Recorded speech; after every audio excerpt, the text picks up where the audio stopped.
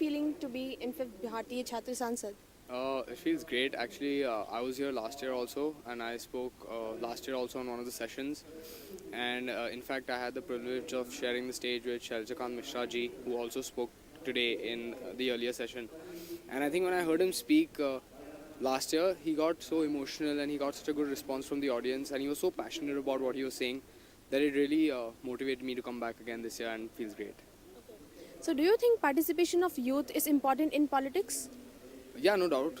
It's, I think, the most important thing in politics because, as we know, a lot of speakers have stated and a lot of dignitaries have also spoken about it, how our country is one of the youngest countries in the world. The youth population in our country comprises of majority of the population in general. And if they do not come into politics, then our majority will never truly be represented. So I think it's really important for them to be a part of it. But do you think are we getting enough of democracy?